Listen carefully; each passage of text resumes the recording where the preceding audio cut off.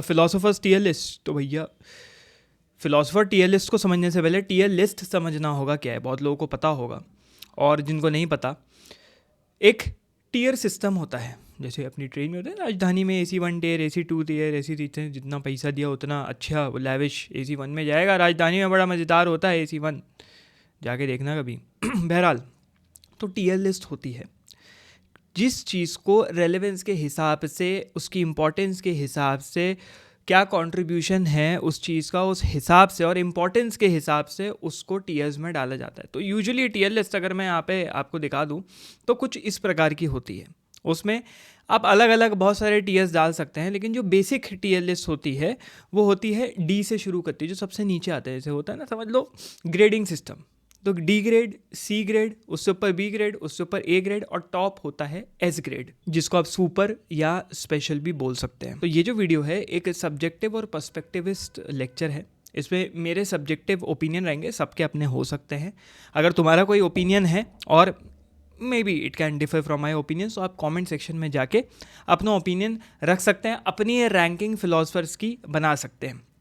एक और बात, यहाँ पे मैं इंपॉर्टेंट फिलोसफर्स लेके चल रहा हूँ। बहुत सारे फिलोसफर्स करने से मतलब बहुत लंबा वीडियो खिंच जाना, बोरिंग कर देना। तो हमने इसमें कुछ चुनिंदा फिलोसफर्स चूज़ करे हैं। अगर इसके ऊपर अच्छा इंगेजमेंट रहा, अच्छे लाइक्स रहे, अच्छे कमेंट्स रहे, मतलब ऑल इन ऑल अच्छा इंगेजमेंट, तो इट्स ग्रीन फ्लैग। मैं एक और फिलोसफर टीयर बनाऊंगा जिसमें बाकी के फिलोसफर कवर करूँगा और बीच में उन लोगों के कंपैरेटिव एनालिसिस भी बनाने की कोशिश करूँगा। तो यहाँ पे हम एक ओवरव्यू लेके चलेंगे फिलोसफर्स का। ये नहीं हम लोग घुस के पूरी महाभारत करते हैं यहाँ पे, नहीं भाई, एक ओवरव्यू लेंगे जिससे कि वीडियो जल्दी से जल्दी हम निपटा सकें। तो चलते हैं वीडियो की तरफ। उससे पहले नीचे गूगल फॉर्म है यार, मेरा एक अपकमिंग प्रोजेक्ट आने वाला है, बहुत इंटरेस्टिंग, बहुत इंपॉर्टेंट।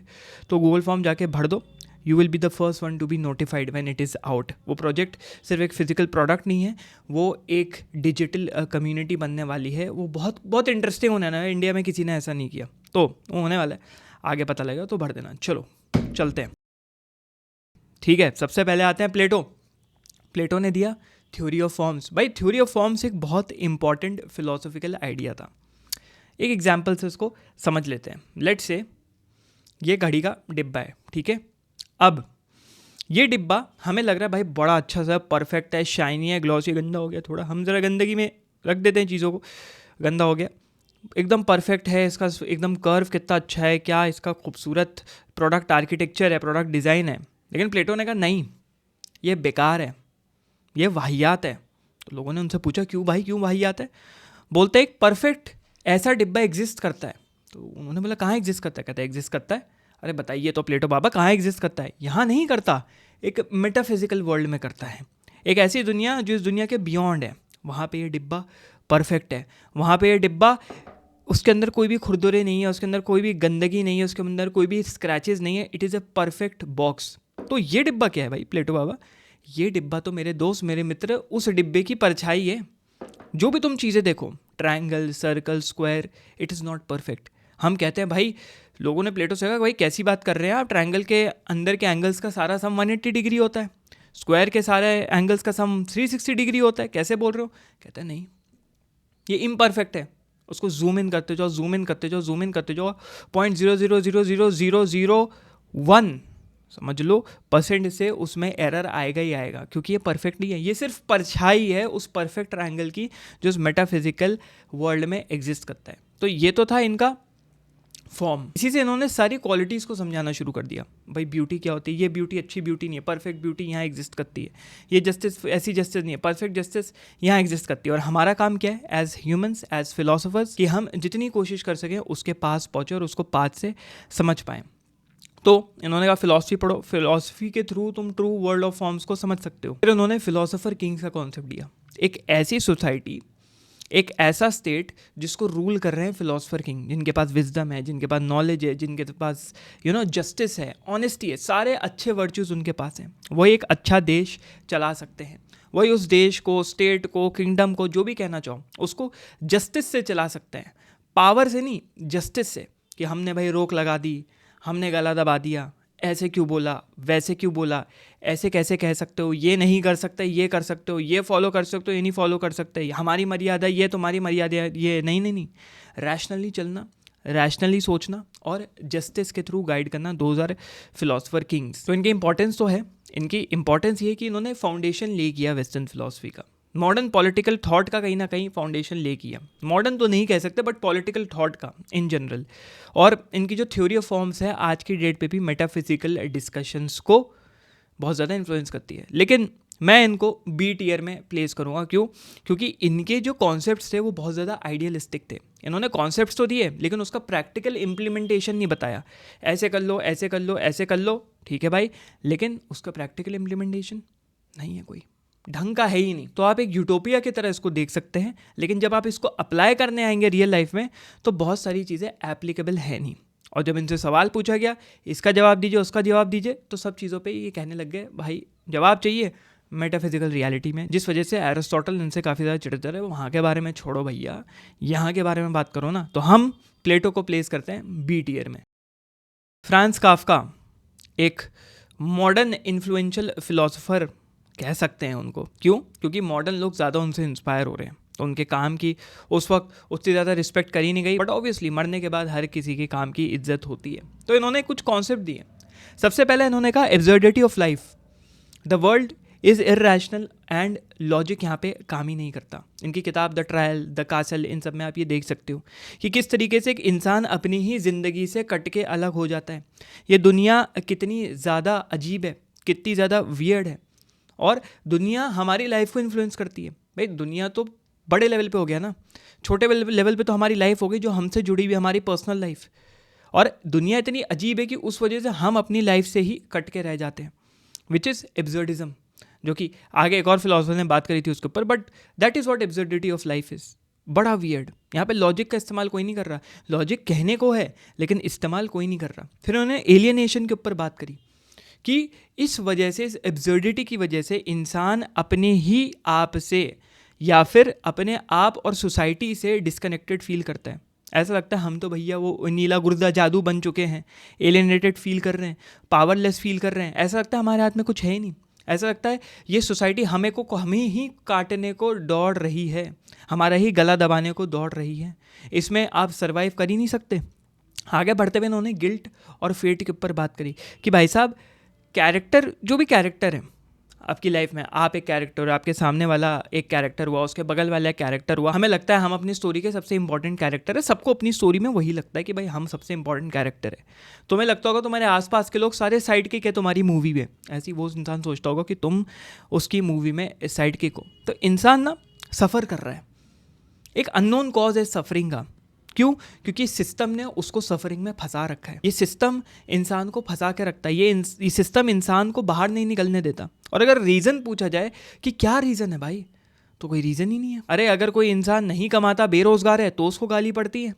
और अगर कोई इंसान पैसे के पीछे भागता है, पैसा कमाना चाहता है, तो उसको गाली पड़ती है।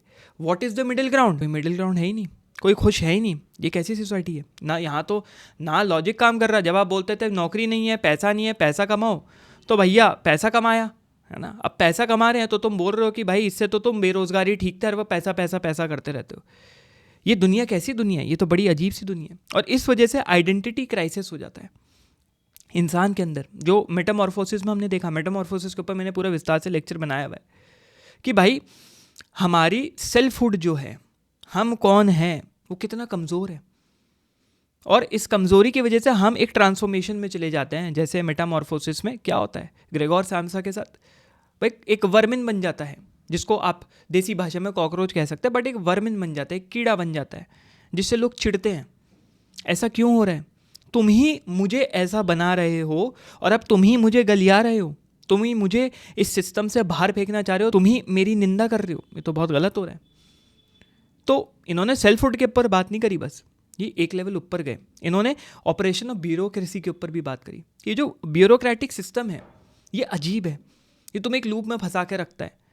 गरीबों को हम दे रहे हैं ये पॉलिसी, ठीक है, उनको महीने के 500-1000 रुपये मिलेंगे, लेकिन पूरे महीने उनको तड़पाया जाता है उस 1000 रुपये के लिए। ये लो, वो कागज़ नहीं है, ये कागज़ नहीं है, ऐसा कागज़ नहीं है। ये हिस्ट्री, ये इतिहास है, ऐसे ही रहा है।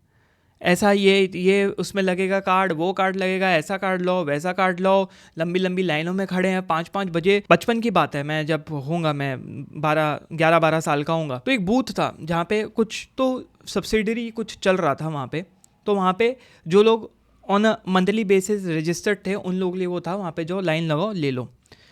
तो पता लगा वहाँ पे ट्रैफिक लगा हुआ था उस पूरी रोड पे, बहुत इंपॉर्टेंट रोड थी वो, ट्रैफिक लगा था। पूछा कि क्यों ट्रैफिक लगा था, तो कहा गया कि भाई अभी सब्सिडीज़ में कमी पड़ रही है, तो ये बोला गया है कि जितना लेना है लोगों को आज ही ले लो। तो सब लाइन में लगे हुए हैं, सुबह से लगे हुए हैं, 4 बजे से लोग लाइन में। वो लाइन लगभग 1-1.5 किलोमीटर लंबी लाइन थी, मतलब ऐसी हालत थी उस टाइम पे। तो इसी को इन्होंने काफ्काइस कहा, एक नाइटमेरिश सिस्टम, कि भाई हमें फंसाया गया कि हमें कुछ दिया जाएगा, लेकिन उस चीज़ को लेने के चक्कर में ऐसा नाइटमेरिश सिस्टम बना लिया कि हमें हमारे रातों की नींद उड़ गई। रातों की नींद ही उड़ गई भाई, जो वहाँ पे सोचो 4 बजे आके लगा है वो कितने बजे वहाँ पहुँचा होगा। तो बात बड़ी वियर्ड लगी काफ्का को भी। ये जो ब्यूरोक्रेटिक सिस्टम है ये हमें फंसा के रखता है, यह हमें परेशानी में रखता है। और इस वजह से काफ्का की दुनिया है, जो काफ्का जिस तरीके से दुनिया को दिखाते हैं वो बहुत ही ज़्यादा डार्क, कन्फ्यूजिंग, इनएस्केपेबल है। इनकी कहानियाँ भी पढ़ोगे ना तो परेशानी से शुरू होता है कैरेक्टर, जो प्रोटैगनिस्ट होता है परेशानी से उसकी ज़िंदगी शुरू होती है और एंड मौत से ही होती है या उससे ज़्यादा सफरिंग से होती है। एग्जिस्टेंशियल ड्रेड, एब्सर्डिज्म, इनके ऊपर इन्होंने खुल के बात करी है। तो मैं अगर इनको रखना चाहूँगा तो मैं फ्रांस काफ्का को रखूँगा एस टीयर में। अब लोग बहस कर सकते हैं, he is not a philosopher, लेकिन जिस सिस्टम से, सिस्टमेटिक तरीके से उन्होंने किताब में अपनी चीज़ें रखी, चाहे आप उनको लिटरेरी फिगर कह लो, कुछ कह लो, वो बहुत सिस्टम था। काफ्काइस्क जैसा कॉन्सेप्ट कितना बड़ा सिस्टम है, तभी वो, अगर आप देखो ऑक्सफोर्ड इंग्लिश डिक्शनरी में काफ्काइस्क वर्ड है किसी वजह से। तो इन्होंने सफरिंग को एलैबोरेट किया। कैसे एलैबोरेट किया? सोसाइटल सिनेरियोज जिससे लोग रिलेट कर पाएँ। वरना एब्सर्डिज्म को कैसे कोई समझा सकता है, एलियनेशन को कैसे कोई समझा सकता है? इतनी कॉम्प्लिकेटेड चीज़ें इतनी खूबसूरती से उन्होंने रखी, और अगर तुम अपनी डेली लाइफ में देखोगे तो फील करोगे। काफ्का की 2 किताबें पढ़ो, you will feel relating with him. That is why he is so famous, that is why modern Gen Z population loves him. तो मैं काफ्का को यहाँ पे एस टीयर में रखना चाहूँगा।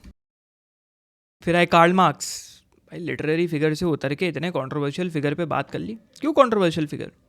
सबसे पहले कार्ल मार्क्स ऐसे फिलोसफर थे जिन्होंने बुर्गुआजी और प्रोलेटेरिएट के बीच में बात करी। अब यहाँ पे वर्किंग क्लास एक तरफ था और एक तरफ था यहाँ पे बिजनेस क्लास, समझ लो, जो कंट्रोल कर रहा है वर्किंग क्लास को। इससे पहले भाई इंडस्ट्रियल रेवोल्यूशन आ रहा है, सब कुछ आ रहा है, दबाया जा रहा है, गला दबाया जा रहा है। यहाँ पे कार्ल मार्क्स ने बोला कब तक अपने आप को दबाओगे, कब अपनी आवाज़ सही में उठाओगे? तो कार्ल मार्क्स को लोगों ने एक प्रॉफिट की तरह देखा, एक देवता की तरह देखा वर्किंग क्लास ने, कि भाई ये हमारा सेवियर है, ये हमें बचाने आया। धर्मों के प्रॉफिट तो हमें क्या ही बचाने आएंगे, ये असली प्रॉफिट है जो हमें बचाने आया है। इन्होंने कहा हमें एक स्ट्रगल करना होगा, हमें एक रेबिलियन और रेवोल्यूशन करना होगा, हमें विरोध करना होगा। तुम्हारा एक खूबसूरत आर्ट था, लेट्स से ये समझ लो मिट्टी का बना हुआ पेन है या कोई खूबसूरत सी चीज़ है या कुछ भी कह सकते हो। अगेन ये डिब्बा ले लेते हैं, किसी आर्टिस्ट ने या किसी आर्टिसन ने, आर्टिस्ट बोलो, आर्टिसन ने खूबसूरती से इसको तराशा है, इसको बहुत खूबसूरत तरीके से मोल्ड किया है, और अब एक फैक्ट्री वाला उसके पास आता है और उसको बोलता है भैया सुनो बात ऐसी है, तुम मेरी फैक्ट्री में आके काम कर लो। करोगे काम? मैं तुम्हें खूब पैसा दूंगा। तुमको सोचो इतने, तुम जहाँ एक दिन में तुम 2 बना पा रहे थे, मैं एक दिन में तुम्हें 100 बनाने की कैपेसिटी दूंगा। अब सामने वाला तो खुश हो जाएगा, हाँ भाई ठीक है, क्योंकि वर्कर है भाई। गया, देखता ये क्या हो रहा है मेरे साथ, जितने में पहले कमा रहा था उतने ही कमा रहा हूँ मैं, या उससे कम कमा रहा हूँ, या थोड़े 20-25 रुपये ज़्यादा कमा रहा हूँ। उस वक्त तो 20-25 भी बहुत हो गए, समझ लो 10 रुपये ज़्यादा कमा रहा हूँ, लेकिन मेरे साथ क्या हो रहा है, मैं खुद ही एलियनेटेड फील कर रहा हूँ। मैं अपने काम से रिलेट नहीं कर पा रहा, ऐसा लग रहा है copy paste copy paste copy paste, कुछ मज़ा ही नहीं है। और मेरे पैसे कौन लेके जा रहा है? ये कैपिटलिस्टिक इंसान, ये इंसान जो मेरी मेहनत की रोटी तोड़ रहा है। तो इस तरह से कार्ल मार्क्स का कॉन्सेप्ट बहुत ज़्यादा इन्फ्लुएंशियल था, लोगों को बहुत ज़्यादा इंटरेस्टिंग लगा। फिर उन्होंने थोड़ा इकोनॉमिक्स घुसेड़ा। इन्होंने कहा कि भाई सोसाइटी, पॉलिटिक्स और कल्चर को बनाने वाला इकोनॉमिक्स है। इकोनॉमिक्स एक समझ लो फाउंडेशन की तरह है जो पूरे सुपर स्ट्रक्चर को संभाल के रखता है, मतलब पूरी बिल्डिंग को संभाल के रखता है। तो उस पर एक ईंट डालो या पूरी 10 फ्लोर की 10 माले की बिल्डिंग बनाओ, वो फाउंडेशन बहुत ज़्यादा इंपॉर्टेंट है। और अगर फाउंडेशन के साथ खिलवाड़ होगा तो भाई सब कुछ हिल जाएगा। और अगर आपको अपनी सोसाइटी को शेप करना है आगे, क्योंकि हमारी सोसाइटी इकोनॉमिक्स की वजह से शेप होती भी आई है, और अगर आगे शेप करना है तो आपको भैया काम करना पड़ेगा इकोनॉमिक्स के ऊपर। और जो लोग इकोनॉमी बना रहे हैं, ये जो वर्किंग फोर्स है जो इकोनॉमी बना रही है, और इनकी वजह से बहुत कम्युनिस्ट मूवमेंट शुरू हो गए। आप स्टालिन देख लें, लेनिन देख लें, आप चाइना में माओ देख लें, माओइज्म का कॉन्सेप्ट जो आया, मूवमेंट्स करें और ये मूवमेंट्स बहुत रेबिलियन की तरफ चले गए। सरकार स्टार्टिंग में तो बड़े अच्छे से आई, बड़ा अच्छा होगा, लोगों का फ़ायदा होगा, ये होगा वो होगा, बट धीरे धीरे धीरे धीरे वो डिक्टेटरशिप में कन्वर्ट करने लग गई। धीरे धीरे धीरे धीरे वहाँ रेवोल्यूशन रेबिलियस होने लग गया। धीरे धीरे धीरे धीरे वर्किंग क्लास का ही कंट्रोल ऊपर से चला गया, क्योंकि एक पावर स्ट्रक्चर तो हमेशा एग्जिस्ट करता है। और ये जो चीज़ थी, कार्ल मार्क्स का जो कॉन्सेप्ट था, जो कि कागज़ के ऊपर, पन्ने के ऊपर बड़ा अच्छा लगता था, लेकिन असल में जब उसको इम्प्लीमेंट करने जाओ तो बहुत शॉर्ट टाइम के लिए, शॉर्ट साइटेड था, जिसको बोलते हैं मायोपिक विजन था। मतलब छोटे टाइम के लिए वो काम किया, लेकिन बड़े सिनेरियो में दिस मॉडल फेल्ड। मैक्सिमम जगह पे दिस मॉडल फेल्ड। छोटे टाइम के लिए ये सक्सेसफुल रहा बट फेल्ड। और इस वजह से मैं कार्ल मार्क्स को डी टियर में रखना चाहूँगा। क्यों? क्योंकि कैपिटलिज्म का जिस तरीके से विरोध किया गया और कैपिटलिज्म हट के हालत देख लो क्या हुई है उन देशों की। अगर तुम अभी भी रशिया में जाओ या यूक्रेन में जाओ या ये यूएसएसआर की जितनी कंट्रीज़ में जाओ, अगर तुम देखोगे, उनके घर देखोगे, सारे घर एक ही तरीके से बने हुए हैं, उनका आर्किटेक्चर एक ही, ऐसा लगेगा कोई डिस्टोपियन सोसाइटी में तुम रह रहे हो, ज़ॉम्बी मूवी का कोई पार्ट है। लोगों के गले दबने लग गए, यही पहनोगे, यही खाओगे, इसी तरीके के जूते होंगे, कब्जे करने लग गए लोगों के ज़मीनों के ऊपर, जायदादों के ऊपर, जो लोगों ने मेहनत से कमाई है। अब डिफरेंस भुला दिया गया, भाई किसी ने मेहनत से कमाई है, किसी ने हड़प के कमाई है, कैसे फ़र्क पता लगाओगे? तो इस वजह से इनका मॉडल यहाँ फेल कर जाता है। तो मैं इनको डी टियर में रखूँगा, क्योंकि एक डिस्टोपियन यूटोपिया इन्होंने दिखाया। और दूसरी चीज़, एक सटल ना इनके फिलॉसफी में प्रोपोगेशन ऑफ वायलेंस था कि भाई ठीक है, ऐसा नहीं है, वायलेंस के उपयोग से रेवोल्यूशन, रेबिलियन, उस वजह से इनको मैं डी टियर पे रखना चाहूँगा। आर्थर शोपेनहावर यहाँ पे आते हैं। आर्थर शोपेनहावर का कॉन्सेप्ट बड़ा इंटरेस्टिंग था। इन्होंने कहा हर इंसान जीना चाहता है, हर इंसान आगे बढ़ना चाहता है, हर इंसान कुछ करना चाहता है लाइफ में, और उस करने के लिए एक इंसान की विल होती है, जिसको इन्होंने बोला विल टू लाइफ। अब लोग पूछेंगे भाई what is will to life? एक फोर्स है, जैसे डार्क एनर्जी एक फोर्स है ना, जो यूनिवर्स के एक्सपेंशन में मदद कर रही है, लेकिन साइंटिस्ट को पता नहीं क्या है। वैसे ही हमारे अंदर एक फोर्स है, हमारे अंदर क्या, हर चीज़ में, इसके अंदर, इसके अंदर, इसके अंदर, इस बैटरी के डिब्बे में, सब चीज़ों में एक फोर्स है जो सर्वाइव करना चाहती है, जिसको उन्होंने बोला विल टू लाइफ या विल टू लिव। लेकिन ये विल टू लिव जो है ज़्यादातर ऑर्गेनिक चीज़ों में मैनिफेस्ट करके आती है। ऑर्गेनिक मतलब हम इंसान हो गए, उसके अंदर डिज़ायर है, और उस डिज़ायर की वजह से वो इंसान हमेशा फ्रस्ट्रेटेड रहता है। क्यों? क्योंकि लेट्स से एक डिज़ायर है, लेट्स से ये एक बेस डिज़ायर है, उस डिज़ायर तक वो पहुंचना चाह रहा है, लेट्स से वो पहुंच गया। अब वो बोलेगा कि मेरी डिज़ायर इससे बड़ी है, अब वो उस डिज़ायर को और ऊपर रख देगा, शायद वो दिखे भी नहीं डिज़ायर उसको, लेकिन ऊपर रख देगा, वहाँ तक पहुँचना चाहेगा। लेट्स से ये डिज़ायर अगर यहाँ है, एक इंसान पहुँच गया, उसने एक और डिज़ायर ऊपर रख दी, बट दूसरा इंसान है जो इस डिज़ायर तक भी नहीं पहुँच पा रहा, तो वो वैसी परेशानी कि मैं यहाँ तक नहीं पहुँच पा रहा। एक प्राइम एग्जाम्पल इसका देख सकते हो सोसाइटी में, जो पैदल चलता है उसको साइकिल चाहिए, जो साइकिल चलाता है उसको बाइक चाहिए, जो बाइक चलाता है उसको गाड़ी चाहिए, जो गाड़ी चलाता है उसको बड़ी गाड़ी चाहिए, जो बड़ी गाड़ी चलाता है उसको प्राइवेट जेट चाहिए, जो प्राइवेट जेट चलाता है, ऑब्वियसली खुद नहीं चलाएगा, जो प्राइवेट जेट में चलता है उसको एक बिलियनर्स यॉट चाहिए, बड़ी वाली यॉट जो होती है। तो कहाँ रुकेंगे ये डिज़ायर्स? सब परेशान है। जो महंगी मर्सिडीज़ गाड़ी तक पहुंच गया, वो प्राइवेट जेट लेने के लिए परेशान है, वो काम करे जा रहे करे। तो ये एक इनसेचेबल डिज़ायर है, मतलब इसकी एक ऐसी डिज़ायर है जिसकी प्यास है, इस फोर्स की एक प्यास है, इस शक्ति की एक प्यास है, जिस प्यास को तुम कभी भी चाह के भी बुझा नहीं सकते। तो इनसे पूछा गया भाई ठीक है, डिज़ायर तो है, सबके अंदर डिज़ायर होता है, कैसे उन डिज़ायर्स को डिनाई किया जाए?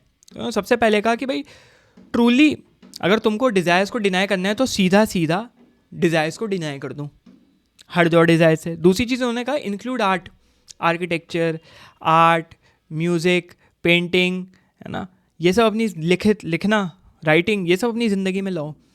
तो तुम टेम्पररी बेसिस पे, पूरी तरीके से नहीं, बट कुछ चंद मिनटों के लिए उस चीज़ से, उस सफरिंग से तुम बाहर आ सकते हो। और फाइनल रिजॉर्ट इन्होंने दिया कि भाई अब आपने तो टेम्पररी बताया, परमानेंट क्या है? इन्होंने बोला भाई asceticism, which is self discipline and self denial. सब चीज़ों से दूर हट जाओ, सारे डिज़ायर से दूर हट जाओ, पूरी तरीके से डिटैच हो जाओ। ये थोड़ा बुद्धिज़्म का कॉन्सेप्ट उठा के यहाँ पे लाए थे, क्योंकि ईस्टर्न फिलॉसफी से काफ़ी ज़्यादा इन्फ्लुएंस है, तो इनकी फ़िलॉसफी काफ़ी इंपॉर्टेंट हुई, कारगर साबित हुई। और इन्होंने जो एक्सप्लोरेशन किया ह्यूमन माइंड का, नेचर ऑफ डिज़ायर का, वो आज की डेट पे भी ह्यूमन मोटिवेशन को समझने के लिए बहुत इंपॉर्टेंट है। साइकोलॉजी, साइको एनालिसिस में इसका बहुत ज़्यादा इस्तेमाल किया जाता है। तो मैं आर्थर शोपेनहावर को अपनी तरफ से ए टियर में रखना चाहूँगा। क्यों? क्योंकि वो एक ऐसे इंसान थे जिन्होंने सफरिंग को नॉर्मलाइज किया, लेकिन ऐसा भी काम नहीं था कि वर्ल्ड हिस्ट्री को बदल दे वो। तो एस टियर से वो एक रैंक पीछे रह जाते हैं, ए टियर में हम उनको रखते हैं। रेने देकार्त एक और इम्पॉर्टेंट फिलोसफर यहाँ पे आए जिन्होंने एक टर्म कॉइन किया जिसका नाम था कोजितो एर्गो सम, मतलब I think therefore I am. बहुत जगह तुम लोगों ने सुना होगा और इसके ऊपर मैंने एक विस्तार से अलग से वीडियो भी बनाया था जिसमें ये समझाया हुआ था इन्होंने क्या कहा। तो इन्होंने कहा कि अगर, क्योंकि उस वक्त बहुत ज़्यादा एग्जिस्टेंस पे सवाल उठ रहे थे, रैशनलिज्म आ रहा था, तो लोग एक दूसरे से सवाल पूछ रहे थे कि भाई एग्जिस्टेंस है क्या, है एग्जिस्टेंस, हम एग्जिस्ट करते हैं नहीं करते हैं। तो इन्होंने कहा, इन्होंने सपने देखे, 2-3 इनको सपने आए, बहुत भयंकर सपने आए रात में सोते हुए, और उन सपनों के बाद इनको ना एक आहा मोमेंट था। उस आहा मोमेंट के बाद इन्होंने बोला कि हाँ भाई ठीक है, चलो अब मैं जो हूँ इस टर्म को कॉइन करता हूँ। और सपनों में उस टाइम पे बहुत फिलोसफर, बहुत साइंटिस्ट को बहुत चीज़ें आती थी। जिन्होंने केमिस्ट्री पढ़ी होगी तो जो बेंजीन रिंग, मैं भूल गया नाम किसने इजाद किया था बेंजीन रिंग, बट जो बेंजीन रिंग का जो कॉन्सेप्ट था ना, वो भी साइंटिस्ट ने सपने में देखा कि एक सांप है जो अपनी ही पूंछ को काट रहा है और वो एक सर्कल या बेंजीन टाइप स्ट्रक्चर बना रहा है। तो इन्होंने ये कॉन्सेप्ट दिया। तो लोगों ने पूछा कि भाई साहब आप कैसे कह सकते हो कि I think therefore I am, कि चूंकि मैं सोच रहा हूँ तो मैं एग्जिस्ट कर रहा हूँ। ये इनका सिंपल मायनों में कहना था कि भाई मैंने सोचा, और अगर मैं सोच रहा हूँ तो मैं एग्जिस्ट कर रहा हूँ, तभी तो सोच पा रहा हूँ। तो लोगों ने उसके ऊपर भी डाउट किया। तो इन्होंने बोला कि भाई तुम अगर डाउट कर रहे हो तब भी तुम सोच ही रहे हो ना, तो मतलब तुम एग्जिस्ट कर रहे हो तभी तुम सोच रहे हो। तो ये आज की डेट पे भी बहुत ज़्यादा लोगों को कंफ्यूज करता है, साइंटिस्ट को, और न्यूरोलॉजी में, न्यूरो साइंस में काफ़ी ज़्यादा इस चीज़ का इस्तेमाल होता है कि साइंटिफिकली हम इनके स्टेटमेंट को कैसे समझ सकते हैं। तो इनका मानना एक डुअलिस्टिक कॉन्सेप्ट पे था, डुअलिज्म पे भरोसा करते थे कि जो माइंड है, वो सोच जो रहा है, वो एक नॉन मटीरियलिस्टिक चीज़ है, उसको तुम मटीरियलाइज नहीं कर सकते। और जो हमारी बॉडी है वो एक मटीरियलिस्टिक चीज़ है, वो एक ऑब्जेक्ट है। और ये भी जो माइंड बॉडी डुअलिज्म का जो कॉन्सेप्ट है, को relation between the mind and the body, इसने भी काफ़ी ज़्यादा डिबेट्स को स्पार्क किया और ये भी काफ़ी इनका इंटरेस्टिंग कॉन्सेप्ट है। डेकार्त को फादर ऑफ मॉडर्न फिलोसफी कहा जाता है। डेकार्त ने एपिस्टेमोलॉजी को शेप किया, लॉजिक को शेप किया, एक मेथडोलॉजी रखी कि फिलोसफी को आप कैसे रख सकते हो। और इनकी वजह से लेटर जितने आप साइंटिफिक मेथड्स देख लो, फिलोसफिकल इंक्वायरी की मेथड्स देख लो, तो ये उसको कैसे प्रोपोगेट कर सकते हो, उसको कैसे आगे बना सकते हैं, बढ़ा सकते हैं, उसको सिस्टम्स में कैसे अलग अलग करके रख सकते हो, उसके ऊपर उन्होंने काफ़ी बढ़िया और काफ़ी अच्छा योगदान दिया। यहाँ पे मैं डेकार्त को 8 ईयर में रखना चाहूँगा क्योंकि इन्होंने एक बहुत ही, मतलब समझ लो, एक्सट्रीमली कंसर्निंग प्रॉब्लम दी फिलॉसफी में कि भाई तुम सोच रहे हो मतलब तुम एग्जिस्ट कर रहे हो। सोचने को एग्जिस्टेंस से इन्होंने जोड़ दिया, जो कि बहुत इंटरेस्टिंग कॉन्सेप्ट हो जाता है अपने में ही, क्योंकि एग्जिस्टेंस इज नॉट अबाउट कि भाई तुम एग्जिस्ट कर रहे हो चूंकि तुम सोच रहे हो, but also about your body existing presently, या तुम्हारी बॉडी जो एग्जिस्ट कर रही है। तो उसको सोच से रिलेट करना, किस तरीके से रिलेट करना, उसके क्या ड्रॉबैक्स हो सकते हैं, उसके क्या नुआंसेस हो सकते हैं, उसके ऊपर अगर गौर दिया जाए तो ये काफ़ी इंटरेस्टिंग बन जाता है। और इस वजह से मैं इनको, रेने डेकार्त को 8 ईयर में प्लेस करना चाहूँगा। सोरेन कीरकेगार्ड एक ऐसे फिलोसफर थे जिन्होंने existential angst, existential dread, anxieties को नॉर्मलाइज किया। इन्होंने कॉन्सेप्ट दिया which was the leap of faith, कि अगर आपको एग्जिस्टेंशियल ड्रेड, एग्जिस्टेंशियल एंग्जाइटी से बचना है, हमारी एग्जिस्टेंस पे अगर मैं सवाल उठाऊंगा, मेरे अंदर एंग्जाइटी हो जाएगी, यार इसका तो कोई मीनिंग ही नहीं है, कैसे मैं जी पाऊंगा, मीनिंग नहीं है तो मैं जी क्यों रहा हूँ। तो उससे बचने के लिए आपको एक लीप ऑफ फेथ लेना होगा, मतलब फेथ के ऊपर भरोसा करना होगा, रिलीजियस फेथ के ऊपर भरोसा करना होगा। उनका इंडिकेशन उसी तरफ था। और ये जो लीप ऑफ फेथ आप लेंगे, तो लोगों ने पूछा भाई आप तो फिलोसफर हैं, आप कैसे ऐसी बातें कर सकते हैं। कहते कोई बात नहीं भाई, लीप ऑफ फेथ जो होता है बियॉन्ड रीज़न और लॉजिक होता है। हर चीज़ को आप रीजनिंग से और लॉजिक से नहीं समझा सकते हैं, बहुत कॉम्प्लिकेटेड होता है। और जो जेन्युइन कमिटमेंट होती है फेथ से, लोग बोलते हैं ना फेथ से क्या जेन्युइन, आप जेन्युइनली फेथ रखते हो किस चीज़ पे, इसका मतलब क्या होता है कि I am genuinely faithful on my religion, on my concepts, on my culture. तो वो इंसान वही होता है जो अंडरस्टैंडिंग के बियॉन्ड चला जाए। हर चीज़ में लॉजिक घुसेड़ के कोई फ़ायदा नहीं है, हर चीज़ में रीजनिंग घुसेड़ के कोई फ़ायदा नहीं, आपको उसको बियॉन्ड जाना है, एक लीप ऑफ फेथ लेना है, एक छलांग लगानी है।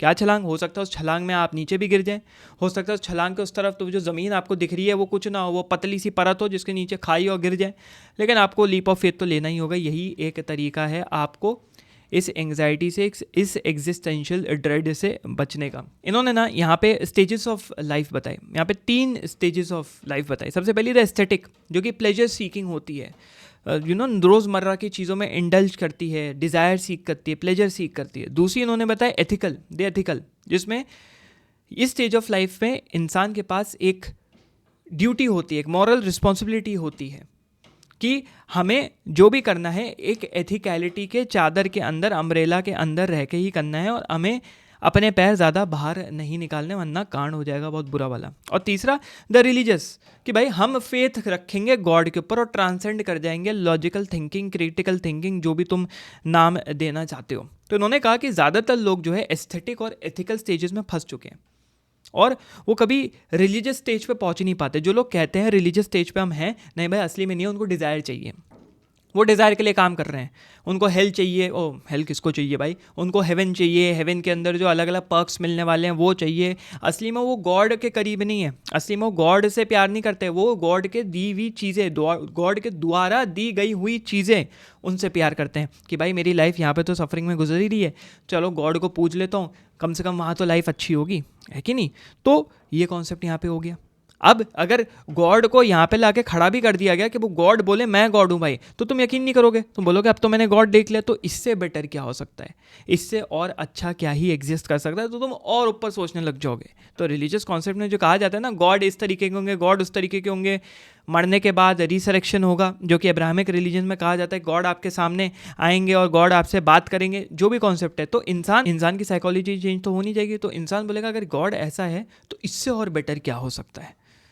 तो इन सब चीज़ों के ऊपर वहाँ पे इनकी फ़िलॉसफी फेल कर जाती है। इंपॉर्टेंस किरकेगार्ड की काफ़ी ज़्यादा है, फादर ऑफ एग्जिस्टेंशलिज्म इन्हें बोला जाता है। इन्होंने एंग्जाइटी, फेथ, इंडिविजुअलिज्म, इन सब कॉन्सेप्ट के ऊपर बात करी और इन्फ्लुएंस भी किया आने वाले थिंकर्स को, जैसे साख ले लो आप, नीचा ले लो। बट मैं इनको यहाँ पे सी टियर में डालना चाहूँगा। क्यों? क्योंकि इन्होंने जो फ़िलॉसफी को बोल दिया या कॉन्सेप्ट्स को बोल दिया कि भाई ये लॉजिक और रीज़न के बियॉन्ड है, एक लीप ऑफ फेथ लो, और वो लीप ऑफ फेथ हो सकता है लोगों के लिए गलत भी साबित हो, अच्छा भी साबित हो, दोनों हो सकता है। उस वजह से इन्होंने ज़रा अपनी फ़िलॉसफी को थोड़ा मेसअप कर दिया।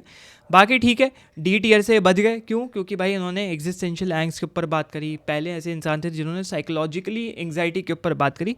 तो यहाँ पर हम किरकेगार्ड को सी टियर में रखेंगे।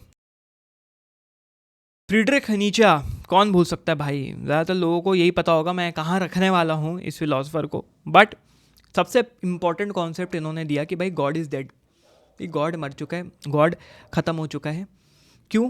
क्योंकि हमने साइंटिफिक रेवोल्यूशन अपना लिया है, हमें अब गॉड की ज़रूरत नहीं है, हम अपने हाथों से खुद गॉड को मार रहे हैं। अब लोगों को लगता है कि ये मजाक बना रहा है आदमी, गॉड इज़ डेड, हा हा हा गॉड इज़ डेड। ये तो वीडियो टाइटल हो सकता है, हा हा हा गॉड इज़ डेड, वाई? तो वीडियो टाइटल हो गया, बनाएंगे इस पर वीडियो। तो ये असल में ये नहीं कहना चाह रहे कि भाई हा हा हा गॉड इज़ डेड, मज़ा आ गया, मैं तो मजाक बना दिया। ये कह रहे हैं कि भाई तुमने अपने हाथों से गॉड को मारा है, तुम मॉडर्न टेक्नोलॉजी अपने ऊपर अप्लाई करना चाह रहे हो, तुम साइंटिफिक रेवोल्यूशन में पढ़ना चाह रहे हो, तुमने गॉड को मार दिया, तुम्हें गॉड की ज़रूरत ही नहीं है। ट्रेडिशनल रिलीजियस बिलीफ सिस्टम तो ख़त्म होते जा रहे हैं। तो जैसे ही तुम ये काम करने लग जाओगे, गॉड को तुमने अपने हाथों से मार दिया, गॉड ख़त्म हुआ, मॉरल बनाने वाला ख़त्म हुआ, तो वहाँ पर एक गैप आ गया। उस गैप को कैसे भरोगे? वहाँ तो नाइलिज्म आ जाएगा, नाइलिज्म इज इनएविटेबल। ये तो बहुत दिक्कत वाली बात है। तो आपको अपनी लाइफ में खुद मीनिंग्स बनाने पड़ेंगे, वैल्यूज़ बनानी पड़ेंगी, क्योंकि तुमको गॉड की ज़रूरत ही ना पड़े। क्योंकि जहाँ जहाँ जिस सोसाइटी में जिस इंसान को गॉड की ज़रूरत पड़ती है, वो गॉड के ऊपर ही सब कुछ छोड़ देता है। जिसको आगे साख ने अपने कॉन्सेप्ट बैड फेथ के कॉन्सेप्ट में कि सब कुछ गॉड के ऊपर छोड़ दो वाले कॉन्सेप्ट पे इन्होंने डाल दिया। आगे इन्होंने ओवरमेंश का कॉन्सेप्ट दिया, एक ओवरमैन बनो, एक ऐसा इंसान जो societal mediocrity, societal norms, society ने जो पर्पस दिया है उससे आगे बढ़ के गॉड को मानना है, गॉड के ऊपर सब छोड़ देना है, हम तो स्लेव बन के रहेंगे गॉड के, उससे आगे बढ़ के अपना पर्पस ढूंढो, अपने को बेटर बनाओ, इस मीडियोक्रिटी से अपने को ऊपर उठाओ, ये जो भेड़ चाल है इससे अपने को ऊपर उठाओ। ओवरमेंश क्या करता है? लाइफ की सफरिंग को एम्ब्रेस करता है, लाइफ के चैलेंजेस को एम्ब्रेस करता है, हाथ कांप के बैठ नहीं जाता कि कोई बात नहीं भाई हमें कोई ना कोई तो बचाने आएगा। नहीं, उसको पता होता है ओवरमेंश को कि उसको कोई नहीं बचाने आने वाला, और वो उस परेशानी से खुद ब खुद बाहर निकलने की कोशिश करता है, किसी के ऊपर रिलाई नहीं करता है। तो इनकी इंपॉर्टेंस ये है कि इनको फादर ऑफ एथिस्टिक एग्जिस्टेंशलिज्म कहा जाता है कि भाई एग्जिस्टेंशलिज्म के ऊपर इन्होंने बात करी। बहुत लोग इनको मिस इंटरप्रेट करते हैं कि he was a nihilist, he was not a nihilist, he was one of the very few philosophers who was very much against nihilism. तो कोई भी अगर तुम्हें बोले फ्रीडरिख नीचा नाइलिस्ट, जूता उठाओ और बजा दो उसके, ये परमिशन हम आपको देते हैं, क्योंकि वो नाइलिस्ट नहीं था। ठीक है, इतने बड़े बड़े स्टेटमेंट, बोल्ड स्टेटमेंट नहीं देने चाहिए फिलोसफर्स के बारे में। तो कुछ ही मैं इनको यहाँ पे ऑब्वियसली एस टीयर में रखना चाहूँगा, क्योंकि कुछ ही ऐसे फिलोसफर थे जिन्होंने डेयर करा इतनी बड़ी बात कहने का, उनको किताबों में उतारने का, और फ्रीडम दी, एक फ्रीडम ऑफ स्पीच और एक्सप्रेशन, अपनी जान जोखिम में डाल के। वर्ल्ड हिस्ट्री में अगर तुम देखो ना, आप अगर मॉडर्न हिस्ट्री में देख लो तो one of the most influential human minds हैं जिन्होंने इंटेलेक्चुअल हिस्ट्री को बदल के रख दिया। कार्ल मार्क्स हो गए, या फिर ये हो गए फ्रीडरिक नीचे हो गए। तो फ्रीडरिक नीचे ने जिस तरीके से रिलीजन्स के ऊपर सवाल उठाने का कॉन्सेप्ट दिया, वो मुझे काफ़ी ज़्यादा इंटरेस्टिंग लगता है, तो उस वजह से मैं इनको एस टियर में रखूँगा। यहाँ पे आते हैं जॉन पॉल सार्त्रे। ये भी एक इंटरेस्टिंग फिलोसफर, ये है एक एग्जिस्टेंशियल फिलोसफर। इन्होंने इनसे पहले ना सोक्रेटिक एरा में ये कॉन्सेप्ट चलता था, प्री सोक्रेटिक में, कि भाई एसेंस प्रीसीड एग्जिस्टेंस, कि पहले एसेंस आती है फिर एग्जिस्टेंस। पहले कोई थॉट आता है किसी प्राणी के दिमाग में, या एक थॉट आता है, एक आइडिया आता है, उसके बाद एग्जिस्टेंस आती है। कि इंसान बनाने वाला जिसने सोचा, ये गॉड का एक, कि क्या बोल सकते हैं इसको, गॉड की एग्जिस्टेंस का एक बहुत काफ़ी इंटरेस्टिंग आर्ग्यूमेंट है कि भाई कोई ना कोई चीज़ होगी, वो इंसान के बारे में सोचेगी तभी तो इंसान बनेगा। लेकिन यहाँ पे उन्होंने साख ने कहा कि नहीं भाई, एसेंस प्रीसीड्स एग्जिस्टेंस नहीं, एग्जिस्टेंस प्रीसीड्स एसेंस। मतलब एग्जिस्टेंस होनी ज़रूरी है, उसके बाद ही तो आप सवाल उठा सकते हैं, उसके बाद ही तो आप आइडियाज़ दे सकते हैं। और जो भी इंसान है वो किसी पर्पस और एसेंस के साथ नहीं बना है। आप जो बोल रहे हैं भाई एसेंस प्रीसीड एग्जिस्टेंस, भाई पहले एसेंस होनी चाहिए, इंसान हुआ, उसका एक आइडिया आया और उसके अंदर एक एसेंस है। वो एक हर इंसान की, हर जानवर की, हर चीज़ की, हर मटीरियल चीज़ की एक एसेंस होती है। नहीं भाई, ऐसा नहीं होता। कोई मीनिंग नहीं है, कोई इनहेरेंट एग्जिस्टेंस नहीं है। क्या बात कर रहे हो तुम? कोई पर्पज़ ही नहीं है हमारी ज़िंदगी का। अगर एक इंसान एक कमरे के किनारे बैठ गया तो क्या तुम कह सकते हो वो उसका एसेंस है या वो उसका एग्जिस्टेंस है? उसने खुद चूज़ किया है वो। तो इसका मतलब इंसान define their own identity and existence, कि हम कैसे जीना चाहते हैं, और उनकी लाइफ उनके चॉइसेस के थ्रू डिफाइन होती है। क्या मेरी चॉइसेस है, मैं किस तरीके से अपनी लाइफ बिताना चाहता हूँ, मैं किस तरीके से आगे बढ़ना चाहता हूँ, वो उनकी चॉइस है। एक ब्लैंक स्लेट की तरह है, उसके ऊपर आप जो पेंटिंग चाहे, जो मन चाहे पेंटिंग चाहे कर दो, लेकिन वो आपके हाथ में, पेंट ब्रश आपके हाथ में। इन्होंने फिर बैड फेथ का कॉन्सेप्ट दिया कि भाई हम बैड फेथ में रह रहे हैं, भाई हमने तो छोड़ दी अपनी किस्मत इसके भरोसे, हमने तो छोड़ दी अपनी किस्मत उसके भरोसे। उससे तुम क्या कर रहे हो? तुम अपनी फ्रीडम और रिस्पॉन्सिबिलिटी त्याग दे रहे हो। You are conforming, you are leaving everything. Societal expectations को कन्फर्म करो, जैसा सोसाइटी चाहेगी, जैसा लोग चाहेंगे वैसा मैं रहूँगा। मेरी खुद की ट्रू नेचर तो ख़त्म ही है, मेरी खुद की एग्जिस्टेंस तो मैं खुद ही पे खुद मार रहा हूँ। क्यों? क्योंकि मैंने बैड फेथ के भरोसे चीज़ें छोड़ दी। अरे वो कर देगा, अरे उसके ऊपर भरोसा है ना, वो है, उसके ऊपर हम छोड़ देंगे, वो चीज़ें कर देगा। तो इन्होंने कहा कि अगर तुम्हें ऑथेंटिकली रहना है, सच्चे दिल से रहना है, सच्चाई से रहना है, एकदम अपने को महसूस करते हुए जीते हुए रहना है, तो तुम्हें अपनी फ्रीडम और रिस्पॉन्सिबिलिटी को एक्सेप्ट करना पड़ेगा। और तुम्हारी जो एग्जिस्टेंस है वो तुम मत सोचो कि बहुत अच्छी चीज़ है या बहुत बुरी चीज़ है, बट तुम्हारी एग्जिस्टेंस के साथ एक रिस्पॉन्सिबिलिटी आती है। वो रिस्पॉन्सिबिलिटी आती है फ्रीडम की, कि तुम्हारे पास इतनी फ्रीडम है। इन्होंने कहा you are condemned to be free.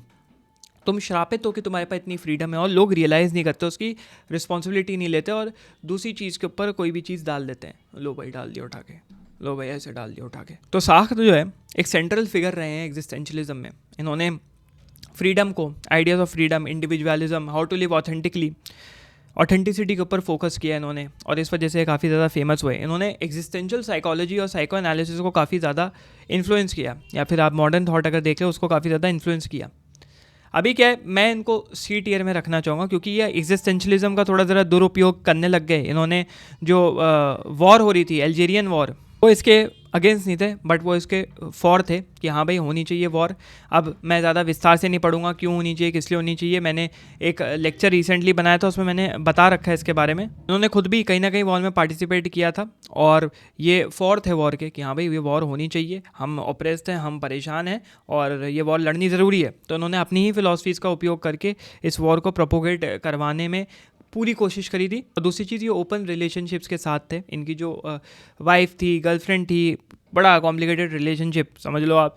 Simone दे बोकवा जो फ्रेंच फिलोसफर, एक और फीमेल फ्रेंच फिलोसफर, वो भी यही माइंडसेट से आती थी, बट इनका ओपन रिलेशनशिप का कॉन्सेप्ट मुझे नहीं लगता सही है कि अगर आप फिलोसफीज़ का इस्तेमाल करके इस तरीके से ओपनली खुले छुट्टे सांड की तरह घूम रहे हैं, तो इस वजह से इनको मैं यहाँ पे सी टियर में रखना चाहूँगा। जॉन लॉक ने कॉन्सेप्ट दिया टैबुला रासा का, और one of the most prominent political thinkers आप इनको कह सकते हैं कि एक इंसान पैदा होता है ब्लैंक स्लेट की तरह, उसका दिमाग खाली होता है। मतलब एक स्लेट होती है ना, खाली तो छोड़ो, एक स्लेट की तरह होता है, जैसे खाली स्लेट होती है ना, उस पर आप कुछ लिखते हैं, और हर इंसान अपने एक्सपीरियंस के मुताबिक, अपने एक्सपीरियंस के हिसाब से अपनी स्लेट के ऊपर कोई ना कोई चित्र बनाता है। इन्होंने चैलेंज किया इनेट नॉलेज का आइडिया कि भाई हम लोग अपने एक्सपीरियंस की वजह से ही शेप होता है, हमारी जो भी नॉलेज हमारे अंदर आ रही है वो हमारी एक्सपीरियंस की वजह से आ रही है। सबसे इंपॉर्टेंट, इन्होंने नेचुरल राइट्स के ऊपर बात करी कि भाई हर इंसान के पास, हर इंसान एंटाइटल्ड है natural rights, liberty, property, freedom. Governments जो है उसका ये उद्देश्य होना चाहिए, गवर्नमेंट्स का ये मोटिव होना चाहिए कि दे प्रोटेक्ट राइट्स, और अगर वो फेल करते हैं इन राइट्स को प्रोटेक्ट करने में, तो सत्ता के पास या जनता के पास पूरा हक है उनको उठा के फेंकने का। अगर आपके स्टेट में, आपकी कंट्री में, आपके किंगडम में सही से काम नहीं चल रहा है, सरकार ठीक से काम नहीं कर रही है, सरकार तर्क वितर्क कर रही है, सरकार आपके नेचुरल राइट्स को एक्सप्लॉइट कर रही है, ये कहते हुए कि हम बड़े लेवल पे, बड़े पिक्चर पे देश का भला कर रहे हैं, तो ना देश का भला होने वाला है और उन लोगों का तो भला हो ही नहीं रहा, तो ऐसी सरकार को उठा के हटाओ, इन्होंने ये कहा। तो इस वजह से इनके जो कॉन्सेप्ट्स है लाइफ के, लिबर्टी के और प्रॉपर्टी के, काफ़ी ज़्यादा प्रोमिनेंट बन गए। तो लॉ इसलिए इंपॉर्टेंट है क्योंकि लॉ का जो इंडिविजुअल राइट्स का, रोल ऑफ गवर्नमेंट का और डेमोक्रेसी के ऊपर जो टिप्पणी थी वो काफ़ी ज़्यादा इंपॉर्टेंट साबित हुई, और यूनाइटेड स्टेट्स में जो रेवोल्यूशन हुआ उसमें काफ़ी ज़्यादा मदद हुई। तो यूनाइटेड स्टेट है, इनके थॉट और इनकी आइडियोलॉजीज़ की वजह से वो बना है। तो मैं इनको यहाँ पे जॉन लॉक को एस टियर में रखना चाहूँगा क्योंकि इन्होंने ऐसे पॉलिटिकल थिंकर थे जिन्होंने ह्यूमन लिबर्टी के ऊपर खुल के टिप्पणी दी, जो कि आज की डेट पे बहुत इंपॉर्टेंट है, और यूएस जैसी कंट्री को शेप किया, और यूएस पूरी वर्ल्ड इकोनॉमी चला रही है। जॉन लॉक नहीं होते तो यूएस के पास फ्रीडम नहीं होती, यूएस के पास फ्रीडम नहीं होती, आज यूएस सुपर पावर नहीं होता, यूएस सुपर पावर नहीं होता, तो पूरी दुनिया ऐसी नहीं होती जैसी आज हम देख रहे हैं। जॉर्ज विल्हेम फ्रीडरिख हेगल, या आप इनको हेगल कह लें, ज़्यादा अच्छा है। हेगल एक काफ़ी ज़्यादा ही महारत फिलोसोफर इनको कहा जाता है, काफ़ी अच्छे लेक्चरार अपने ज़माने के रह चुके हैं। शोपेनहावर बड़ा इनसे ज़रा छिड़ते थे क्योंकि क्या होता था, इन लोगों का जो है, इनके शोपेनहावर के लेक्चर में कोई आता नहीं था, इनके लेक्चर हर कोई देखने आता था। बहरहाल इन्होंने जो है ना कॉन्सेप्ट ऑफ डायलेक्टिक दिया कि भाई अगर आपको किसी भी आइडिया को डेवलप कराना है तो वो 3 स्टेजेस में चलता है, थीसिस, एंटीथीसिस, सिंथेसिस। मैंने हेगल के ऊपर एक लेक्चर अभी बनाया था पिछले साल, विच वाज वेरी इंटरेस्टिंग। मैंने थीसिस, एंटीथीसिस और सिंथेसिस को समझाया है। तो इन्होंने कहा कि आइडियाज़ भले ही ओपोजिंग हो सकते हैं, बट उन ओपोजिंग आइडियाज़ को ही आप बना के, मिल जुटा के आप एक हायर अंडरस्टैंडिंग बना सकते हैं। तो यहाँ पे चलो एक एग्जांपल ले लेते हैं थीसिस, एंटीथीसिस और सिंथेसिस का। लेट्स से थीसिस कि भाई कुछ कॉलेज स्टूडेंट है, बोलते हैं भाई कॉलेज लाइफ में तो एंजॉय करना चाहिए, मज़े करने चाहिए, ये तो ज़िंदगी है, मज़े करो, ऐश करो, पार्टियाँ करो, ये वो लौंडा लपाटी करो। ये हो गया थीसिस। एंटीथीसिस आया कि एक टीचर आया, उसने रियलिटी चेक दिया, प्रोफेसर ने बोला है पार्टी वार्टी करोगे लग जाएगी, ना नौकरी मिलने वाली ना कुछ मिलने वाला, पढ़ाई करो, स्किल सेट पे काम करो और इतना पार्टियों में मत घुसो, अपना वक्त बर्बाद मत करो। तो ये 2 हो गए, एक थीसिस हो गया, एक एंटीथीसिस। अब दोनों के बीच में विरोध हो रहा है, बच्चों के बीच में, प्रोफेसर के बीच में। तो यहाँ पे बच्चों ने बोला चलो ठीक है, एक बीच के सिचुएशन में आते हैं। हेगल ने उनको आके बोला भाई बीच की सिचुएशन पे, विच इज सिंथेसिस। मतलब पढ़ाई करना इंपॉर्टेंट है, हम मंडे टू फ्राइडे पढ़ाई करेंगे, लेकिन मज़े करना भी इंपॉर्टेंट है, हम सैटरडे संडे में से एक दिन पार्टी करने जाएंगे। तो दोनों पक्षों को रख के सामने रख दिया, जो कि सिंथेसिस निकल के आया। तो भाई अब दोनों पार्टी खुश। तो इनका कहना था कि जो डायलेक्टिकल प्रोसेस है वो ह्यूमन डेवलपमेंट और हिस्ट्री को आगे प्रोपोगेट करवाता है। ह्यूमन हिस्ट्री को बनाने का सबसे बड़ा रीज़न ये डायलेक्टिकल प्रोसेस है, और जिस दिन तुमने डेवलप कर लिया उस दिन आपके अंदर एक सेल्फ अवेयरनेस आ जाएगी, इन्हेंस्ड और ग्रेटर सेल्फ अवेयरनेस, और सबसे बड़ी चीज़ आपके अंदर फ्रीडम आ जाएगी। फिर एब्सोल्यूट फ्रीडम, एक और कॉन्सेप्ट उन्होंने दिया कि हर चीज़ की ना, हर इंसान की या हर चीज़ की एक एब्सोल्यूट स्पिरिट होती है, जिसको जीस्ट बोला इन्होंने, जिस्ट। और ये जिस्ट होती है which is the ultimate realisation of human self awareness, कि हम कितने ज़्यादा फ्री हैं, हमारी एक कॉन्शियसनेस है, हमारे पास फ्रीडम है, और इस फ्रीडम की वजह से हम सेल्फ रियलाइजेशन के प्रोसेस की तरफ जाते हैं, जिसको इन्होंने कहा एब्सोल्यूट स्पिरिट, कि जिस दिन तुमने रियलाइज कर दिया कि तुम्हारे अंदर तुम्हारे पास स्वतंत्रता है, you are free and you have a consciousness, you become self aware, and that is very important. तो हेगल के जो मेथड थे बहुत ज़्यादा इंस्पायर किया मार्क्स को, Marxism, idealism, modern political theory, systematic philosophy inspire किया, और किस तरीके से कॉन्ट्रडिक्शंस जो होते हैं हिस्ट्री को, सोसाइटी को इन्फ्लुएंस करते हुए चलते हैं।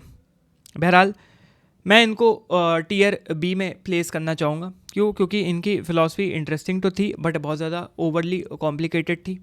कॉमन जनता छोड़ो, बहुत फिलासफर्स भी इनकी फ़िलासफ़ी नहीं समझ पाते थे।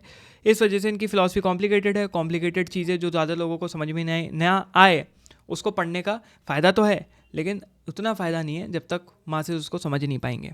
तो इनको इस वजह से हम बी टियर में रखते हैं। इमैनुअल कांट एक ऐसे फ़िलासफ़र जिन्होंने मॉडर्न फ़िलासफ़ी को तो इन्फ्लुएंस किया ही, अपने ज़माने में भी बहुत इन्होंने डंका बजाया हुआ था। इनका सबसे इंपॉर्टेंट कॉन्सेप्ट था कैटेगोरिकल इम्पेरेटिव। बेसिक भाषा में उसका मतलब ये है, लोगों को उस तरीके की ही चीज़ें करनी चाहिए जो चीज़ें वो पूरी दुनिया से एक्सपेक्ट करें। मतलब ऐसी एथिकल चीज़ें, लेट्स से कि तुम एक्सपेक्ट करो कि सामने वाला झूठ ना बोले। अगर तुम एक्सपेक्ट करो सामने वाला झूठ ना बोले, दुनिया में लोग झूठ ना बोले, तो तुम भी मेरे दोस्त झूठ मत बोलो। तो ये इनका एक बहुत इंपॉर्टेंट कॉन्सेप्ट था, और इसी से यूनिवर्सल लॉज बनते हैं। आगे उन्होंने मोरालिटी पे बात करी कि मोरालिटी सिर्फ आउटकम बेस्ड नहीं होता, मोरालिटी हुई अच्छी है बुरी है उसका आउटकम ये है। Morality is a concept where हम ये समझ सकते हैं या नहीं समझ सकते कि जो एक्शन हम कर रहे हैं क्या वो यूनिवर्सली अप्लाई हो सकती है। लेट्स से हमने कहा ये मॉरली सही है, तो ये मॉरली सही चीज़ यूनिवर्सली अप्लाई हो सकती है या नहीं, यही जो मॉरली गलत चीज़ है, क्या ये मॉरली गलत चीज़ यूनिवर्सली अप्लाई हो सकती है कि नहीं। ये हमारे लिए ज़्यादा ज़रूरी है कि हमको किसी को नहीं मारना, हमें किसी का कत्ल नहीं करना। तो मतलब ये इसका आउटकम छोड़ो, मेन हमारा क्वेश्चन ये है कि ये यूनिवर्सली अप्लाई कर सकते हो कि नहीं। भाई मर्डर यूनिवर्सली नहीं होना चाहिए, ये यूनिवर्सली अप्लाइड है कि नहीं। फिर उन्होंने फिनोमेना वर्सेस नोमेना का। फिनोमेना वो है वो जिस दुनिया को जैसे हम परसीव करते हैं, जैसे इन गुलाब को हम जैसे परसीव कर रहे हैं, या फिर इसको हम जैसे परसीव कर रहे हैं, इस फ़ोन को हम जैसे परसीव कर रहे हैं, कुछ भी हो सकता है, दैट इज़ फिनोमेना। हम अपने परसेप्शन, हमारे सेंसेस से, आँखों से देख रहे हैं, टच कर रहे हैं, सूंघ रहे हैं, सुन रहे हैं, टेस्ट कर रहे हैं, है ना, वो हमारे परसेप्शंस हो गए, दैट इज़ फिनोमेना। एक होता है noumena which is a thing in itself, वो परे हमारे परसेप्शन के। हो सकता है अगर हमें गुलाब पिंक कलर का दिख रहा है, वो पिंक कलर का ना हो, उसका रंग ही कुछ और हो, लेकिन हम उसको परसीव करें। हो सकता है कोई कलर ब्लाइंड, जो कि मैं हूँ कलर ब्लाइंड, वो इसको अलग तरीके से परसीव करे। हो सकता है कोई दूसरा इंसान किसी और तरीके से परसीव करे। तो हर इंसान के परसेप्शंस अलग अलग होते हैं। तो इन्होंने कहा नॉमिना जो होता है, कोई भी इंसान उसको डायरेक्टली परसीव नहीं कर सकता, वो असल में है क्या कोई इंसान उसको नहीं समझा सकता। क्यों? क्योंकि वो हमें अपने सेंसेस के थ्रू जैसे परसीव हो रहा है, जैसे हमें अपीयर हो रहा है, वैसा समझ में आ रहा है, लेकिन जो उसका अपना थिंग इन इटसेल्फ है, जो अपने आप में वो चीज़ है, उसको कोई भी इंसान समझा नहीं सकता है। तो कांट की इंपॉर्टेंस ये है कि भाई मॉडर्न एथिक्स और एपिस्टेमोलॉजी में इनका जो योगदान रहा है बहुत इंपॉर्टेंट रहा है। माइंड के कॉन्सेप्ट्स में इनका योगदान बहुत इंपॉर्टेंट रहा है। Again modern political thought, modern moral philosophy ले लो, या फिर मॉडर्न साइंस ले लो, उसमें इनके फिलोसफिकल आइडियोलॉजीज़ का यूज़ हमेशा से रहा है। इस वजह से मैं इमैनुअल कांट को 8 ईयर में डालूंगा। एक और फिलोसफर जिन्होंने भौहें लोगों की खड़ी कर दी और ह्यूमन मेंटल कंडीशनिंग के ऊपर बात करी, तो इस वजह से इमैनुअल कांट 8 ईयर। सोक्रेटिस, सोक्रत, जो भी आप उन्हें कहना चाहें। सोक्रेटिस एक ऐसे फिलोसफर थे जिन्होंने फिलोसफी की शुरुआत करी, फाउंडिंग फादर्स ऑफ फिलोसफी, और ये अपने सोक्रेटिक मेथड के लिए फेमस है। मतलब वार्तालाप करो, डायलॉग करो, क्रिटिकल थिंकिंग अगर आपको इन्फ्लुएंस करनी है तो डायलॉग के थ्रू होगी। बातचीत करो, एक दूसरे के साथ बैठो, हर दम सवाल उठाओ। उन्होंने कहा लोगों के अंदर कॉन्ट्रडिक्शंस होते हैं, और वो कॉन्ट्रडिक्शंस निकालने के लिए उनसे सवाल पे सवाल से सवाल पूछो, जब तक वो खुद पे खुद अपनी ही बातों से एक्सपोज ना हो जाए। इससे एक सेल्फ नॉलेज आती है, और वो सेल्फ नॉलेज क्या है कि you should know that you know nothing. ये चीज़ रियलाइज़ कर लो दैट यू नो नथिंग। हम इग्नोरेंट है, हम इंसान इग्नोरेंट है, हमें लगता है हमें सब पता है, हमें सब बताया गया है, हमारे कल्चर ने हमें सब बताया, लेकिन नहीं भाई। सोक्रेटिस ने कहा you know nothing, you should know you know nothing. तुम्हें पता होना चाहिए कि तुम्हें कुछ नहीं पता। और ये जो इनका डायलॉग्स का मेथड है कि आपको लोगों से बात करनी है, इससे आप ट्रुथ की तरफ बढ़ते हैं, आप रैशनैलिटी की तरफ बढ़ते हैं। आपको किसी को नीचा नहीं दिखाना, आपको ये नहीं कहना ओ भाई मैं तो बेइज्जती कर दी, मैं नीचा दिखा दिया, मैं बदतमीजी कर रहा हूँ, मैं चिल्ली कर रहा हूँ, मैं बड़ा बन गया। नहीं, ये करोगे तो गलत कर दिया आपने। आपको तमीज़ के दायरे में रहते हुए, वार्तालाप करते हुए, एक क्यूरियस माइंडसेट से कि भाई मेरे को कुछ नहीं पता, आप बताओ, I am open to learning, बताओ, सिखाओ, उससे आगे बढ़ो and you will get your answers. Socrates ने नो दाई सेल्फ का कॉन्सेप्ट दिया, विच इज़ अपने आप को समझो, सेल्फ एग्जामिनेशन। अपने आप को कैसे समझोगे? जिस दिन तुम एक वर्चुअस लाइफ जियोगे, जिस दिन तुम एक गुणपूर्वक, गुण से भरी हुई, अच्छी खूबियों से भरी हुई जिंदगी जियोगे, और जिस दिन तुमने अपना क्रिटिकल सेल्फ अवेयरनेस ले आए कि मैं ऐसा हूँ, मुझे कुछ नहीं पता, मुझे सवाल उठाने, मैं क्यूरियस हूँ, उस दिन तुम्हारे अंदर मॉरल गुडनेस हो जाएगी, क्योंकि तुम किसी का बुरा करने नहीं निकलोगे, तुम सिर्फ ट्रुथ की तरफ निकलो, तुम सिर्फ सत्य की तरफ निकलो, तुम बस आगे बढ़ना चाहते हो। और इस वजह से Socrates is considered the father of western philosophy, और इनकी जो मेथड थे इंक्वायरी के, फोकस के, आज भी लोगों को इन्फ्लुएंस करते हैं। और आने वाले जो दो महारत फिलोसफर थे, प्लेटो और एरिस्टोटल, उनको भी इन्होंने इन्फ्लुएंस किया। तो मैं यहाँ पे सोक्रेटिस को रखूँगा एस टियर में, because he is the OG, obviously for obvious reason. इनका जो काम वे ऑफ डिबेटिंग था, इनका क्यूरियस माइंडसेट, और obviously he is the founding father of western philosophy. और एक और इम्पॉर्टेंट चीज़ जो कम इनको इसका योगदान दिया जाता है, बट जब प्री सोक्रेटिक से सोक्रेटिक एरा में आ रहे थे ना, जो ट्रांजिशनिंग फेज था, बीच में थे सोफिस्ट जो रिटोरिक का इस्तेमाल करते थे, ठीक है। ट्रेनिंग थी एक तरीके की, वर्बल ट्रेनिंग, ओरेशन, कि किस तरीके से, अगर आप एक मिनिस्टर हैं, एक पॉलिटिशियन है, आपको किस तरीके से क्राउड के सामने बात करनी है, किस तरीके से सम्मोहित करना है क्राउड को, तो इसके बड़े खिलाफ थे, क्योंकि वो बहुत ज़्यादा डिसीविंग, मैनिपुलेटिव टैक्टिक्स यूज़ करते थे। तो सोफिस्ट का अगर बोलबाला बहुत होता ना, तो वेस्टर्न फिलॉसफी बिल्कुल अलग होती। बट सोक्रेटिस ने उन्हें चैलेंज किया, सोफिस्ट की नाक में दम कर दिया, उस वजह से आज भी सोक्रेटिस का नाम है। तो इस वजह से Socrates will be kept on the S tier. तो ये था आपका फ़िलासफ़र टियर लिस्ट। यहाँ पे कुछ ही फ़िलासफ़र कवर करें, और बहुत सारे फ़िलासफ़र हैं। Again depending on the engagement मैं एक और इसके ऊपर वीडियो लाऊंगा, ठीक है, क्योंकि एग्जिस्टेंशियल आइसबर्ग अच्छा गया, उसके बाद वाला आइसबर्ग तो लग गई भाई, लोगों ने नहीं देखा, मेरे को लगता है बहुत लंबा हो गया, इसलिए कोई बात नहीं, बहरहाल वो भी देख लेना। और भाई साहब मेंबरशिप लॉन्च हो चुकी है, हाँ भैया, अब आया सबका असली इम्तिहान, एग्जामिनेशन। कितने लोग असल में सपोर्ट करते हैं इस चैनल को, देखते हैं। चलो ठीक है, आ गई है। ज्वाइन बटन नीचे ज्वाइन कर सकते हो, ज्वाइन मतलब जा सकते हो, देख सकते हो। अच्छा लगे तो कर लेना, नहीं अच्छा लगे तो कोई बात नहीं भाई, जैसे वीडियोज़ आ रहे हैं आपको दिखते रहेंगे हमेशा। और भाई एक चीज़ यहाँ पे छोटी सी कहनी है, मुझे समझ में नहीं आ रहा पुराने सब्सक्राइबर्स को ये बात, जो मैं नए तरीके के एक प्रैक्टिकल फिलॉसफी के वीडियोज़ ला रहा हूँ, इतने बुरे लग क्यों रहे हैं? क्या तुम चाहते हो कि ये चैनल कभी ग्रो ना हो? क्या तुम चाहते हो कि ये चैनल जैसा है वैसा ही रहे? क्या तुम चाहते हो ये चैनल कुछ चंद लोगों के लिए रहे? अगर तुम चाहते हो तो चाहते हो कि भाई मैं नहीं चाहता, मैं इसको मासेस में ले जाना चाहता हूँ। फिलॉसफी कैसे आप प्रैक्टिकली इंप्लीमेंट कर सकते हैं, मैं वो बताना चाहता हूँ। फिलॉसफी अगर प्रैक्टिकली इंप्लीमेंट नहीं हो पा रही तो भैया फिलॉसफी का कोई काम नहीं है। सारे फिलॉसफर्स वही करते थे, पहले घूम घूम के करते थे, अब सोशल मीडिया आ गया तो अब सोशल मीडिया के थ्रू हम ये कर सकते हैं। लोगों की बातें as a vessel I can explain. अब अगर मैं किसी वीडियो में बैकग्राउंड म्यूजिक लगा दूं और थोड़ी एनर्जी के साथ बात करूं, उसको तुम अगर मोटिवेशनल वीडियो समझना चाहते हो तो वो आपकी सोच है भाई, लेकिन मैं तो अपनी तरफ से प्रैक्टिकल फिलॉसफी ला रहा हूं और मैं लाता रहूँगा। सारे वीडियोस मिक्स रहेंगे, क्योंकि बहुत लोगों ने उल्टे सीधे कमेंट्स करें, ठीक है, ये चैनल डेड हो चुका है, ये चैनल तो ख़त्म होने वाला है, चैनल ये है, बुलशिट है, ये है, ऐसा है, वैसा है। तो भाई साहब अपने पास रखो। This is a very bad example of philosopher and people reading philosophy, right? I want to propagate it to as many people as I want, right? ये आने वाले जनरेशन के लिए पहली चीज़। दूसरी चीज़, अगर तुम बोलते हो व्यूज़ के लिए, तो भैया मैं खुल के बोलता हूँ व्यूज़ के लिए। सोशल मीडिया होता है व्यूज़, पूरा गेम ही मैट्रिक्स का है। क्या सुनना चाहते हो मेरे मुंह से कि मैं एक देवता हूँ, मैं किसी का ट्रांसफॉर्म्ड कोई वो हूँ, स्पेशल आदमी हूँ कि भाई मेरे को मोह माया से बिल्कुल प्यार नहीं है? नहीं भाई, मेरे को, मैं अलग तरीके में फ़िलॉसफी पढ़ता हूँ। इसका मतलब ये नहीं कि भाई मैं उनके तरह जीऊँगा या उनके तरह सोच रखूँगा। मेरी अपनी फ़िलॉसफीज़ है, मेरे अपने तौर तरीके हैं। मैं कभी किसी के ऊपर कोई चीज़ थोपता नहीं या गला पकड़ के मुट्ठी हलक में नहीं डालता कि भाई तुम भी वही फॉलो करो। अच्छे लगे ठीक है, नहीं अच्छे लगे यार pick whatever you like. तो व्यूज़ का गेम है, सब्सक्राइबर का गेम है, लाइक्स का गेम है। तो भाई अगर जो चीज़ काम करेगी वही चीज़ बनाई जाएगी, जो चीज़ काम नहीं करेगी तो मैं फिर बनाऊँ ही क्यों? मैं अपने आप ही पढ़ के अपने पास ही रखूँ ना, किसी डायरी में रख के छोड़ दूँ, मेरे मरने के बाद वो डायरी रिलीज़ हो जाए। अगर मैं यूट्यूब पे डाल रहा हूँ चीज़ें या सोशल मीडिया पे डाल रहा हूँ, तो मेरा भी तो मोटिव होना चाहिए कि भाई और 10 लोगों तक पहुँचे, मेरी आवाज़ और लोगों तक पहुँचे। तो ऑब्वियसली भाई ये बेतुकी बातें मत किया करो। जो प्लेटफॉर्म ही व्यूज़ का है, उसी प्लेटफॉर्म पे तुम आके बोल रहे हो कि व्यूज़ के लिए काम कर रहे हैं। क्या सुनना चाहते हो भाई? तो बाकी लोग जो सपोर्ट कर रहे हैं उनको थैंक यू, जो भी कमेंट्स कर रहे हैं, एंगेजमेंट कर रहे हैं, थैंक यू। इंटरेस्टिंग वीडियोस आते रहेंगे, और बहुत ही इंटरेस्टिंग चीज़ जो कि इंडिया में अभी तक नहीं हुई है वो भी आने वाली है। तो भाई साहब तैयार है ना? चलो भैया हम भी निकलते हैं, आप भी निकलिए।